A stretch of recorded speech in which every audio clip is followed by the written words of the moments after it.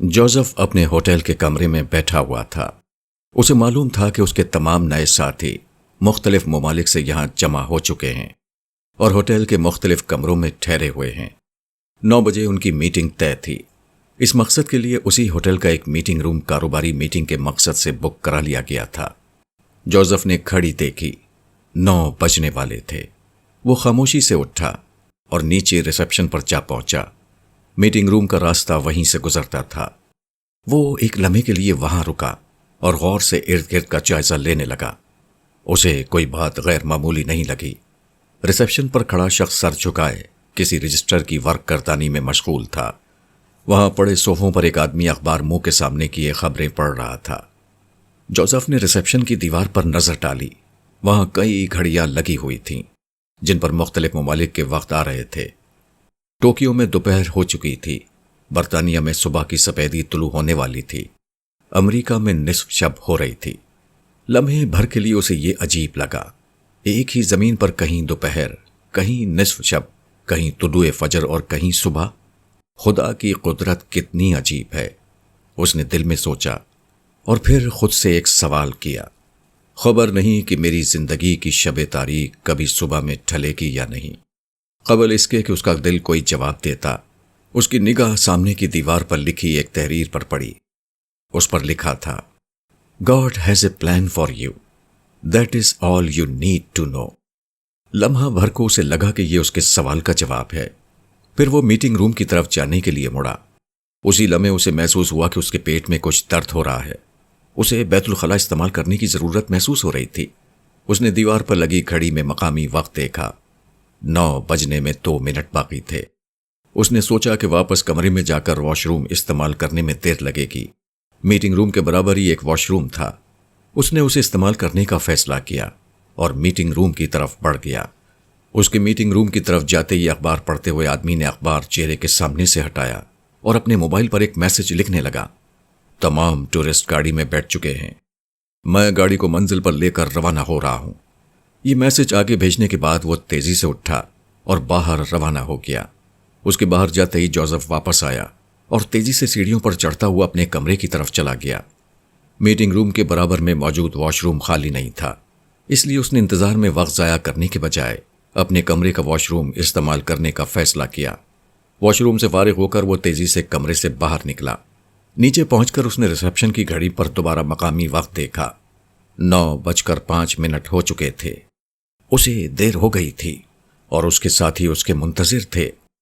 یہ سوچ کر اس نے جیسے ہی اپنا رخ میٹنگ روم کی طرف کیا، ایک کان پھاڑ دینے والا دھماکہ ہوا اور جوزف دور جا گرا۔ ہر طرف بارود کی بو اور دھواں پھیل گیا۔ اس کے ہوش و حواس ختم ہو گئے۔ نہ جانے کتنی دیر تک وہ اسی حال میں رہا۔ اسے ہوش آیا تو چیخ و پکار مچی ہوئی تھی۔ لوگ بھاگ رہے تھے۔ وہ اپنی جگہ پڑے پڑے خالی نظروں سے ماحول کو دیکھتا رہا۔ وہ بے حس و حرکت تھا، مگر اس کا ذہن پوری طرح کام کر رہا تھا۔ اسے اندازہ ہو چکا تھا کہ تنظیم اس سے 2 قدم آگے تھی اور اس کی ہر سرگرمی سے واقف تھی۔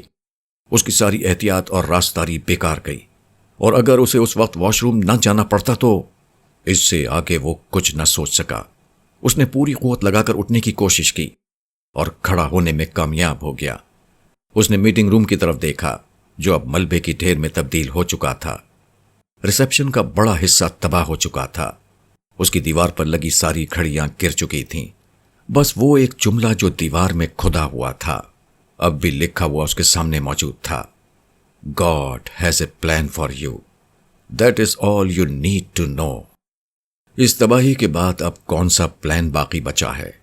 اس نے شدید غصے میں چلا کر سوچا۔ اس کا دماغ پوری قوت سے کام کر رہا تھا۔ پولیس کی گاڑیوں اور ایمبولنسوں کے سائرن لمحہ بہ لمحہ قریب آ رہے تھے۔ ہوٹل کے اندر مقیم لوگ باہر بھاگ رہے تھے اور باہر کے لوگ تجسس میں ہوٹل کے قریب آ رہے تھے۔ اس نے لمحہ بھر میں کئی فیصلے کر ڈالے۔ وہ تیزی سے میٹنگ روم کی طرف بڑھا جو اب ملبے کا ڈھیر بن چکا تھا۔ کہیں کہیں آگ لگی ہوئی تھی، وہاں بارود کی تیز بو پھیلی ہوئی تھی۔ دھواں کھلی ہوئی دیواروں سے باہر نکل کر فضا میں منتشر ہو رہا تھا۔ وہ ملبے میں کسی زندہ شخص کی تلاش میں تھا، مگر وہاں بکھرے ہوئے آسا، مسخ شدہ لاشیں اور مردہ اجسام کے سوا کچھ نہ تھا۔ اپنے کسی ساتھی کی زندگی سے مایوس ہو کر اس نے اپنے پرس سے اپنی ایک شناخت نکالی اور ایک مسخ شدہ لاش کے پاس ڈال دی۔ پھر وہ بھاری قدموں کے ساتھ پلٹا اور باہر کی سمت نکل آیا۔ ریسیپشن ایریا میں اس نے اس جگہ پر نظر ڈالی جہاں وہ گرا تھا۔ قریب ہی اس کا بریف کیس پڑا تھا جو شاید دنیا میں اس کا واحد اثاثہ بچا تھا۔ اس نے خاموشی سے وہ بریف کیس اٹھا لیا۔ ہر سمت ہلچل مچی ہوئی تھی، سوائے اس کے کسی کو سمجھ میں نہیں آیا تھا کہ متعین طور پر کیا ہوا ہے۔ وہ خاموشی سے چلتا ہوا مجمع کے درمیان سے نکلا اور ہوٹل کے اطراف سے باہر نکل گیا۔ کئی ایمبولینسیں اس کے پاس سے گزری، پولیس کی گاڑیاں بھی آ رہی تھیں، لوگ بھی بھاگتے ہوئے جا رہے تھے۔ وہ اس افراتفری میں ایک لمحے کو رکا اور ہوٹل کی طرف رخ کر کے بولا، جوناتھن، تم نے مجھے کسی قابل نہیں چھوڑا، میں تم کو بھی نہیں چھوڑوں گا۔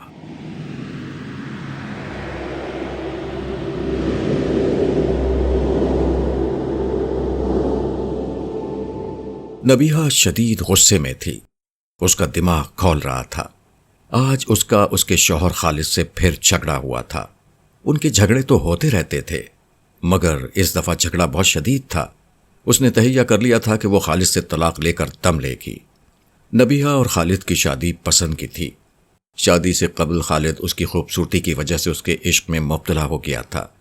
دن رات اس کے آگے پیچھے گھوم کر، اس کی تعریفیں کر کے اور اس کے نخرے اٹھا کر اس کا دل جیتنے میں کامیاب ہو گیا تھا۔ شادی کے بعد وہ ایک شوہر بن چکا تھا، مگر نبیہہ ایک روایتی بیوی بننے کے لیے تیار نہیں تھی۔ ماں باپ کے لاڈ پیار نے اس کو بچپن ہی سے ضدی اور خود سر بنا دیا تھا۔ دولت بے پناہ تھی، جو وہ چاہتی اسے مل جاتا تھا۔ اس نے اعلیٰ ترین تعلیم حاصل کر رکھی تھی، وہ بہت خوبصورت بھی تھی۔ ان تمام چیزوں نے اس کے دماغ کو آسمان پر پہنچا رکھا تھا۔ ایسے میں خالد کا موجودہ رویہ اس کے لیے ناقابل برداشت تھا۔ دوسری طرف اس کی سرکشی، منمانی اور ہٹ دھرمی خالد کے لیے ناقابل قبول تھی۔ یوں آئے دن دونوں میں جھگڑا معمول کی بات تھی۔ یہ ان دونوں کا کوئی پہلا جھگڑا نہ تھا، مگر اس دفعہ نبیہہ بہت غصے میں تھی۔ اس کا سبب یہ تھا کہ اس نے خالد کے موبائل میں ایسی گفتگو دیکھ لی تھی جو کسی دوسری لڑکی کے ساتھ تھی۔ خالد نے لاکھ وضاحت کرنے کی کوشش کی کہ یہ محض دوستی کا تعلق ہے اور کوئی عشق و محبت نہیں ہے، مگر نبیہہ کے لیے یہ تصور ہی ناقابل قبول تھا کہ اس کا شوہر کسی دوسری عورت میں کوئی دلچسپی لے۔ چنانچہ دونوں میں شدید جھگڑا ہوا اور نبیہہ گھر چھوڑ کر آ گئی تھی۔ اسے خالد پر شدید غصہ تھا، کیونکہ وہ یہ سمجھتی تھی کہ خالد نے پہلے تو اس سے محبت کا ناٹک کر کے اسے دھوکہ دیا اور پھر شادی کے بعد بدل گیا۔ اب وہ ایک دوسری لڑکی کے ساتھ عشق و محبت کی پینگیں بڑھا رہا ہے۔ اسے اپنی سخت توہین محسوس ہو رہی تھی۔ اس کے لیے یہ بات ناقابل برداشت تھی کہ اس کا شوہر کسی دوسری عورت میں اور کوئی دوسری عورت اس کے شوہر میں دلچسپی لے۔ اس وقت وہ اپنے کمرے میں بیٹھی تھی کہ دروازے پر دستک ہوئی۔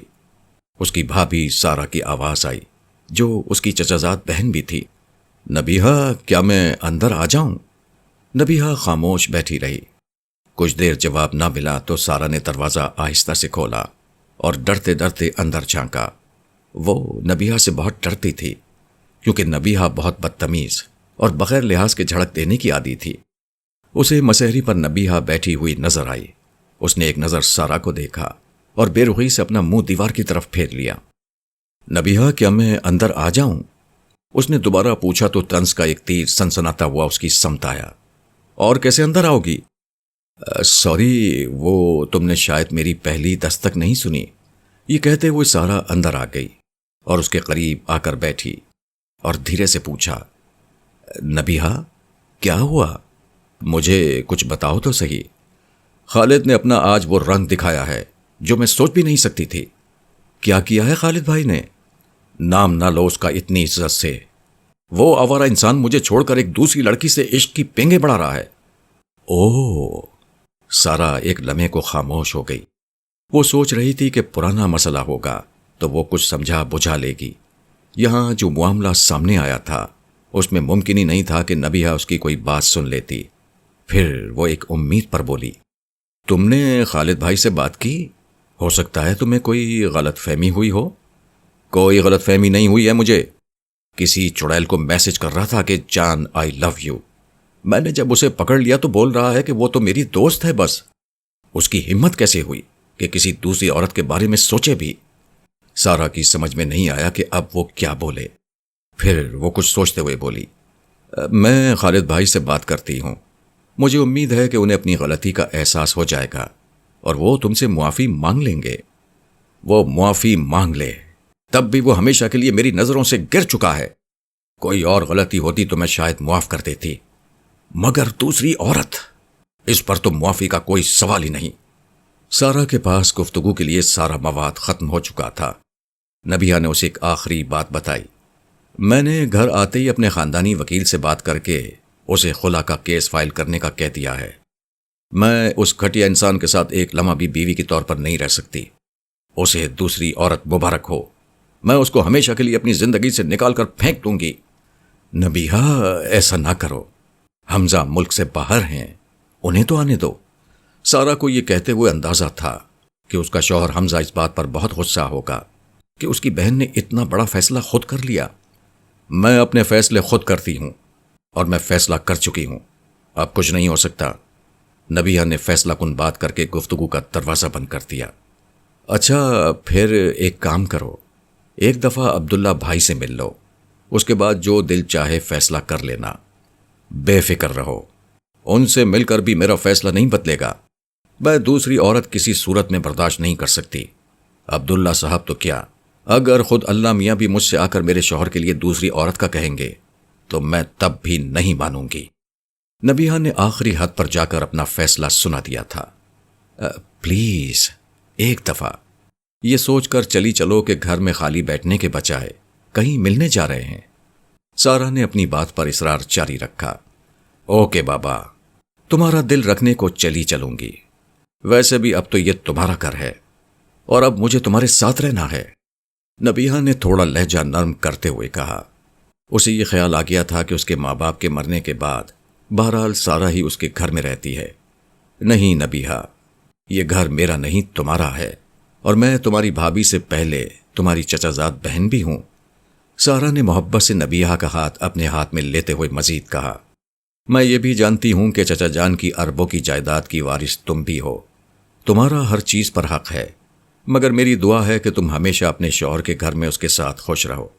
یہ کہتے ہوئے سارا نے اس کی کمر تھپ تھپائی اور کمرے سے باہر چلی گئی.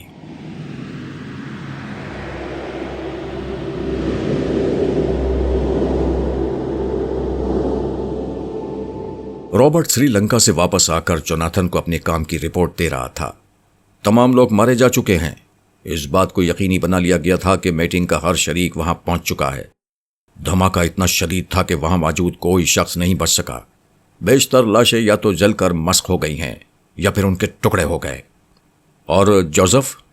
جوناتھن کے سوال پر رابرٹ نے اپنی معلومات اس کے سامنے رکھنا شروع کی. جوزف سب سے آخر میں میٹنگ روم میں پہنچا تھا. اس کے پہنچتے ہی دھماکہ کر دیا گیا. بیشتر لاشیں تو پہچانی نہیں گئیں، لیکن لاشوں کے درمیان سے جوزف کی شناخت بھی دریافت ہو گئی. اسی روز شہر میں 2 جگہ مزید دھماکے بھی ہوئے. ان کا مشترکہ تاثر یہی ہے کہ یہ مقامی دہشت گردوں کی کارروائی ہے. اس واقعے پر خاص طور پر توجہ نہیں دی جائے گی. ٹھیک ہے، تم ایسا کرو کہ جوزف کے وارث کے طور پر اس کی لاش حاصل کرنے کی کوشش کرو. میں ڈی این اے تجزیے سے مزید یقینی بنانا چاہتا ہوں کہ جوزف مر چکا ہے. جوزف اگر زندہ رہے گا تو بہت خطرناک ہو جائے گا. آپ بے فکر رہیں، میں اس کا اہتمام کرتا ہوں.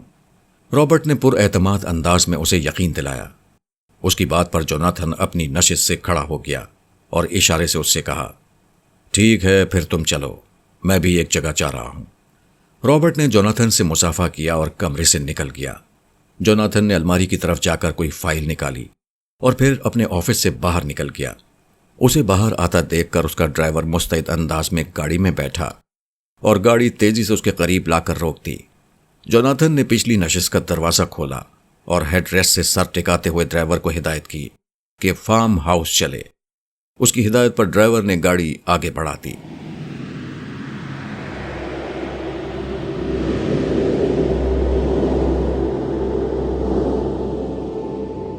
دو دن گزر گئے. سارا انتظار کرتی رہی کہ نبیہ کا غصہ کچھ ٹھنڈا ہو، مگر وہ نبیہ ہی کیا جس کا غصہ اس طرح ٹھنڈا ہو جائے.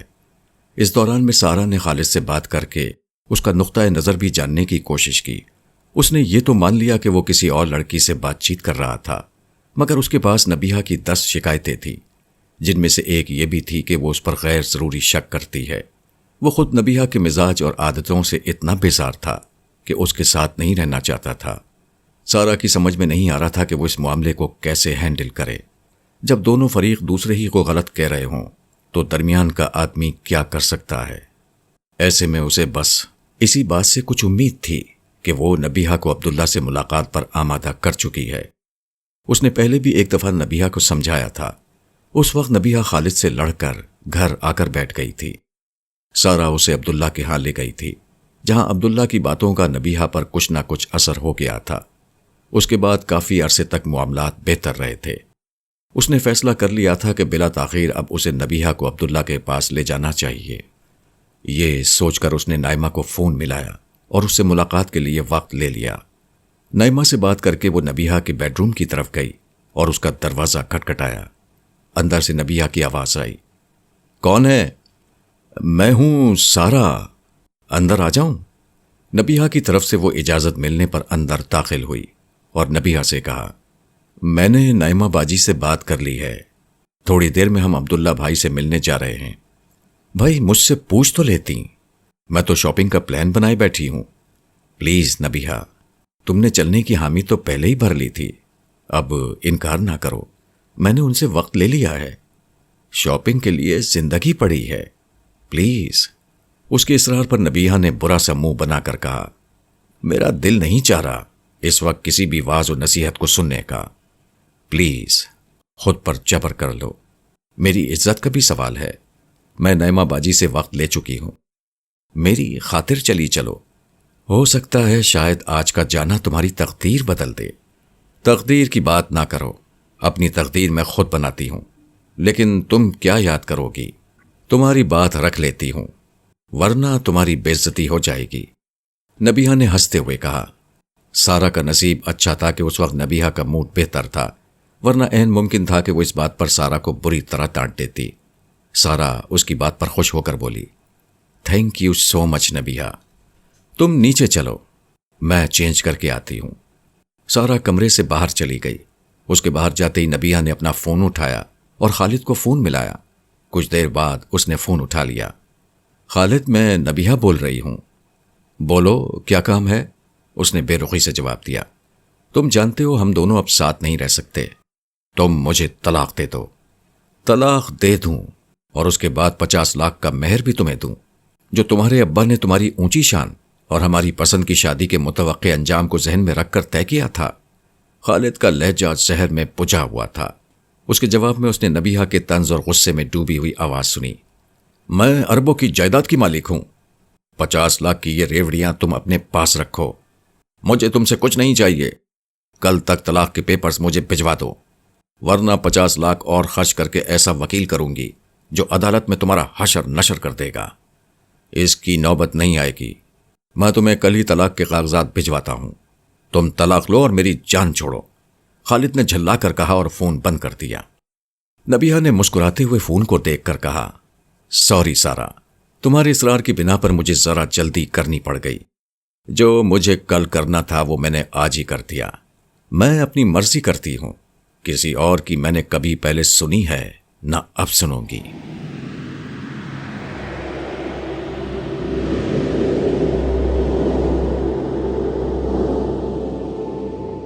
گاڑی تیزی سے آگے بڑھ رہی تھی۔ جوناتھن نے آنکھیں بند کر رکھی تھیں۔ گاڑی شہر کی سڑکوں سے تیزی سے گزرتی ہوئی منزل کی طرف جا رہی تھی۔ وہ گہری سوچوں میں گم تھا۔ اس نے زندگی کا جو مقصد چنا تھا اس میں رشتوں اور تعلقات کی کوئی اہمیت نہ تھی۔ اینڈرسن اس کا بہت پرانا دوست تھا۔ جوزف کو اس نے اپنی آنکھوں سے چھوٹے سے بڑا ہوتے دیکھا تھا۔ وہ اسے بہت پسند بھی کرتا تھا، مگر اس لڑکی کمل نے سب کچھ الٹ کر رکھ دیا تھا۔ وہ لڑکی اپنی سزا پا چکی تھی اور اس کے بعد جوزف بھی اپنے انجام کو پہنچ گیا۔ اب یہ کہانی ختم ہو گئی۔ وہ دوسری باتیں سوچنے لگا۔ اسی اثنا میں گاڑی شہر سے نکل کر مضافات میں داخل ہو گئی۔ شہر کی گھٹن کے بجائے سڑک کے دونوں طرف سرسبز اور پرفضا میدان تھا، جس نے منظر خوشگوار بنا رکھا تھا۔ اچانک ایک جگہ گاڑی ہلکی ہوئی اور ایک کچے راستے کی طرف مڑ گئی۔ جوناتھن چونک گیا۔ اس نے ڈرائیور کو مخاطب کر کے حیرانی سے پوچھا، پارکر، گاڑی یہاں کیوں موڑی ہے؟ پارکر اس کا پرانا ڈرائیور تھا۔ اور اچھی طرح جانتا تھا کہ اس کا فارم ہاؤس کہاں ہے، اسی لیے اس کا اس طرح اچانک مڑ جانا باعث حیرت بنا تھا۔ اس کی بات پر پارکر نے کوئی جواب نہیں دیا، بلکہ گاڑی اور تیزی سے کچے راستے کی طرف بڑھتی چلی گئی۔ جوناتھن نے اچھلتی ہوئی گاڑی میں خود کو سنبھالتے ہوئے انتہائی سختی سے کہا، پارکر، گاڑی روکو، کیا پاگل ہو گئے ہو؟ اس جملے پر گاڑی ایک دم سے جھٹکا کھا کر رکی۔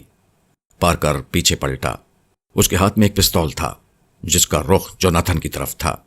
اس نے پرسکون انداز میں کہا، پارکر اپنے گھر میں بے ہوش پڑا ہے۔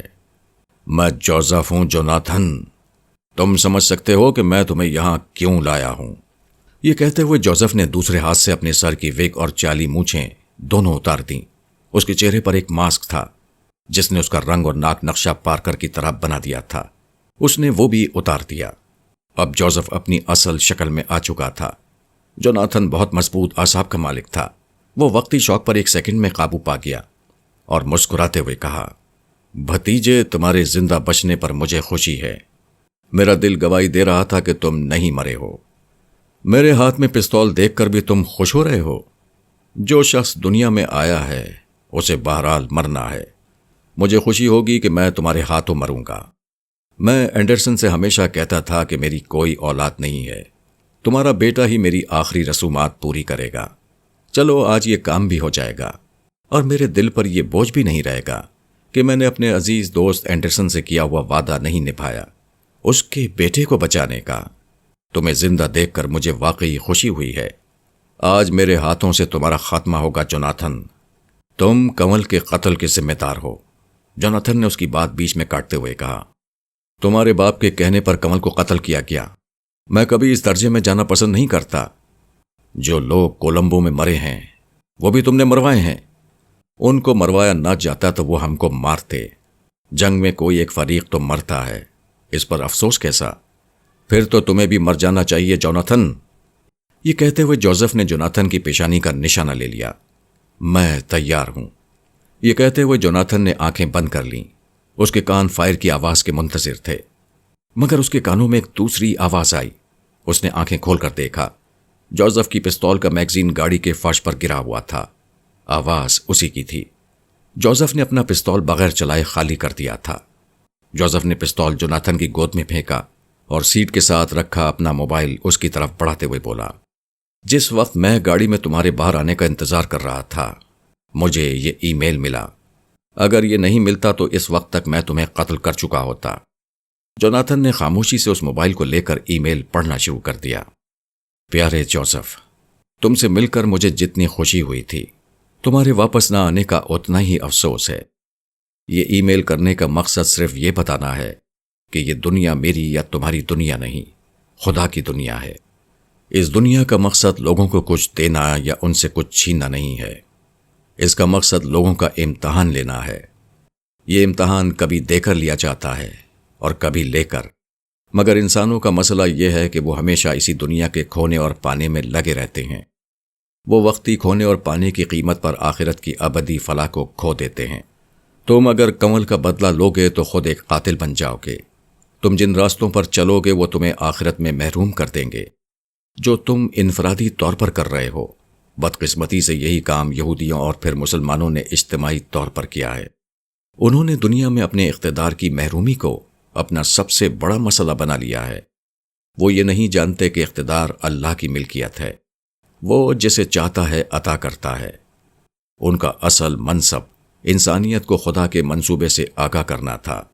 یہ بتانا تھا کہ سچا ایمان اور اعلی اخلاق جنت کی اس ابدی کامیابی کا ضامن ہے جو کبھی ختم نہ ہوگی۔ دنیا میں ان کا اقتدار اور آخرت میں ان کی فلاح اسی بات پر موقوف ہے۔ جیسے کہ میں نے کہا کہ یہ کام پہلے یہود اور پھر عربوں کو دیا گیا تھا، مگر دونوں اس کام کو بھول چکے ہیں اور دنیا کو مقصد بنائے ہوئے ہیں۔ یہودیوں اور عربوں کی اس کوتاہی کے بعد اب مجبوری میں ہم اجمی اس کام کے لیے اٹھے ہیں۔ مگر یاد رکھنا یہ اصل میں تمہارا کام ہے۔ خدا کا منصوبہ دراصل تم لوگوں کے بارے میں ہے۔ اس کا منصوبہ یہ ہے کہ تم خدا کا پیغام لے کر اٹھو۔ یہ کرو گے تو دنیا میں غالب ہوگے، نہیں کرو گے تو عبرت کا نشان بنا دیے جاؤ گے۔ اپنے بارے میں خدا کے منصوبے کو سمجھو اور واپس آ جاؤ۔ تمہیں اب مسلمانوں اور یہودیوں کو سمجھانا ہے کہ ان کا اصل کام ایمان و اخلاق کو اختیار کرنا اور اس کی دعوت دینا ہے۔ امید ہے تم میری بات پر غور کرو گے۔ جوناتھن نے یہ ای میل پڑھ کر جوزف کا موبائل اسے واپس لوٹا دیا۔ مجھے اپنے بارے میں خدا کا منصوبہ پتہ چل گیا ہے۔ اس کے بعد میں نے تمہیں قتل کرنے کا ارادہ ترک کر دیا۔ تو پھر مجھے یہاں کیوں لائے ہو؟ یہ ای میل پڑھوانے۔ اس میں تمہارے لیے بھی پیغام ہے۔ میں تمہاری طرح جوان ہوتا تو شاید کچھ سوچتا، مگر میں اب ایسے کسی پیغام کو سمجھنے کی منزل سے بہت آگے جا چکا ہوں۔ میں بہرحال تمہیں کمل کا خون معاف کرتا ہوں۔ ہو سکے تو خدا سے معافی مانگ لینا۔ اور ہاں، تمہاری گاڑی تھوڑی دیر کے لیے ادھار چاہیے، تم دوسری منگوا لو۔ جوناتھن خاموشی سے اتر گیا۔ جوزف نے تیزی سے گاڑی کو آگے بڑھا دیا۔ اس کے جانے کے بعد جوناتھن نے اپنا موبائل نکالا اور رابرٹ کا نمبر ملایا۔ ہلو جوناتھن، دوسری طرف سے رابرٹ کی آواز ابھری۔ رابرٹ، میں اپنی لوکیشن بھیج رہا ہوں، ایک گاڑی یہاں بھیج دو۔ خیریت؟ کیا ہوا؟ کوئی خاص بات نہیں، اور ہاں، جوزف کی ڈیڈ باڈی لینے کی اب ضرورت نہیں ہے۔ جوزف کی کہانی ہمیشہ کے لیے ختم ہو چکی ہے۔ ٹھیک ہے، جیسے آپ کا حکم۔ یہ کہہ کر رابرٹ نے رابطہ ختم کر دیا۔ فون کال ختم ہونے کے بعد جوناتھن خود کلامی کے انداز میں بڑبڑایا۔ اینڈرسن، تمہارے بیٹے کے قتل کا حکم دے کر میرے دل پر ایک بوجھ تھا۔ مجھ پر اب وہ بوجھ باقی نہیں رہا۔ وہ میرے راستے سے ہٹ گیا، میں اس کے راستے سے ہٹ گیا۔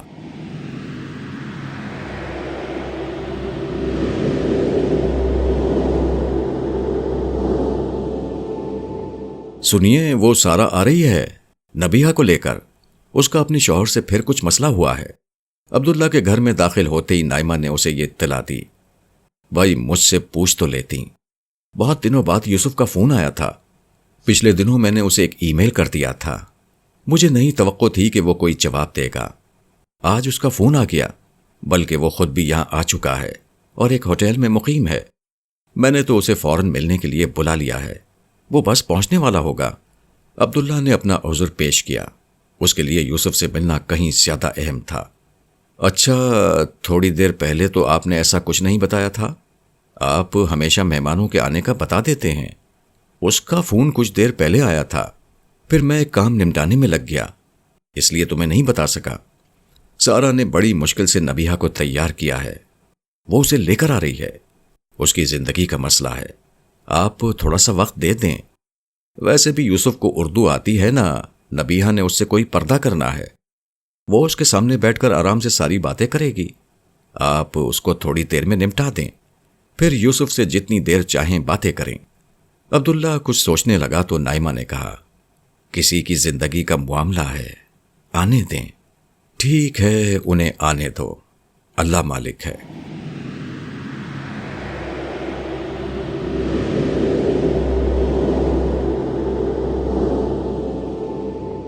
عبداللہ خیالوں کی دنیا میں کھویا ہوا ماضی کی ایک ادھوری کہانی کی ورق گردانی کر رہا تھا کہ اس کے خادم کی آواز نے اسے چونکا دیا۔ سردار، بارگاہ احدیت میں آپ کو طلب کیا گیا ہے۔ بارگاہ اقدس کے فرشتے آپ کو لے جانے کے لیے تشریف لائے ہیں۔ عبداللہ، جو اس لمحے تک سکون سے بیٹھا ہوا تھا، یہ بات سن کر اس کا دل دھڑکنے لگا۔ عالم کے پروردگار کی عظمت اور علوشان کا رعب ایسا تھا کہ اس وقت عبداللہ کے وجود پر ایک غیر محسوس راشہ طاری ہو گیا تھا۔ دوسری طرف اللہ تعالیٰ کی ہستی اتنی مہربان اور کریم تھی کہ اس کے حضور پیش ہونا ہمیشہ جنت کی زندگی کا سب سے پرکیف تجربہ ہوتا تھا۔ عبداللہ بیک وقت رعب اور شوق کی ان متضاد کیفیت سے گزرنے لگا۔ اسی کیفیت میں اس نے خادم سے کہا، ان سے کہو میں حاضر ہو رہا ہوں۔ خادم سے کہہ کر اس نے اپنے پاس رکھا ہوا ایک ارغوانی رنگ کا شراب کا جام اٹھایا، جسے وہ آہستہ آہستہ پی رہا تھا، مگر اب وہ ایک ہی گھونٹ میں پورا گلاس خالی کر گیا۔ یہ اپنے اعصاب کنٹرول کرنے کی ایک کوشش تھی، کیونکہ شوق پر رعب غالب ہونے لگا تھا۔ جب اس سے بھی کام نہ چلا تو وہ سجدے میں گر گیا۔ وہ سجدے میں گر کر اللہ تعالیٰ سے اس کے رحم اور فضل و کرم کی درخواست کر رہا تھا۔ کچھ دیر میں اس کی کیفیت بہتر ہوئی تو وہ اٹھا اور خادم کو بلایا۔ وہ فوراً اس کے حکم پر اندر آ گیا۔ عبداللہ نے اپنے سر سے تاج اتار کر اس کے حوالے کیا، ریشمی قبا بھی اتار دی اور اپنی انتہائی قیمتی اور نادر قسم کی چپل بھی اتار کر ننگے پاؤں اور ننگے سر چلنے کے لیے تیار ہو گیا۔ تھوڑی ہی دیر میں وہ بارگاہ اقدس کے فرشتوں کی معیت میں اپنی منزل کی طرف رواں دواں تھا۔ کچھ ہی دیر میں منزل قریب آ گئی۔ اس کے لیے یہ جگہ اجنبی نہ تھی، وہ کئی بار یہاں آ چکا تھا۔